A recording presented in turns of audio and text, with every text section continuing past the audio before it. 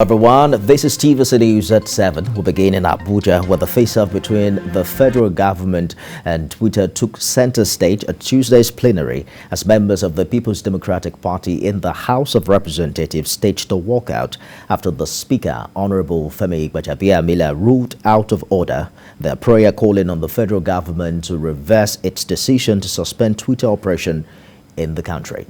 And moments afterwards, the House resolved to invite the Minister of Culture and Information, Lai Mohammed. The latest development is in a bid to investigate the legality of the Twitter ban by the federal government. It's the first legislative day after government's decision to place a ban on the social microblogging site, Twitter.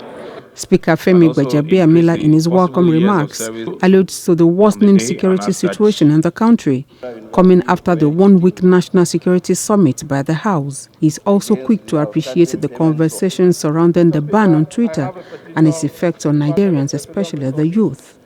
The Speaker then announces the decision of the leadership in a move largely seen as preemptive of some members, especially those in the opposition.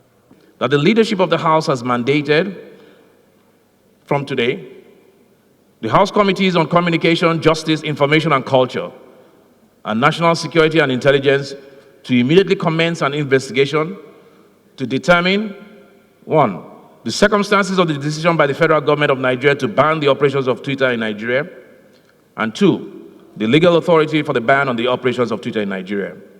The committees are additionally mandated to invite the Minister of Information and Culture, Alhaji Lai Mohammed, to brief the House of Representatives on the objectives, intent, and duration of the suspension of Twitter in Nigeria.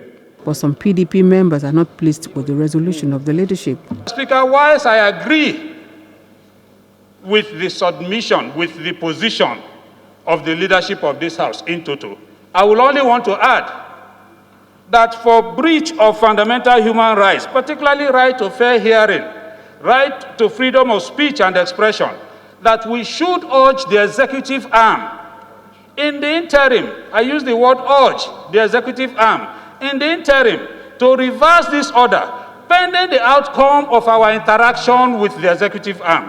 130 of my constituents. The aggrieved lawmakers staged a walkout and addressed the media immediately. They insist government's ban is undemocratic. It is a decision of the PDP caucus that will continue to tweet. It is a decision of the PDP caucus that we are ready to present ourselves for prosecution. The aggrieved lawmakers said they are determined to revisit the ban on Twitter by way of a motion on the floor of the House. Many Nigerians indeed await to see how that plays out and how soon. Joke Edsa, TVC News, Abuja.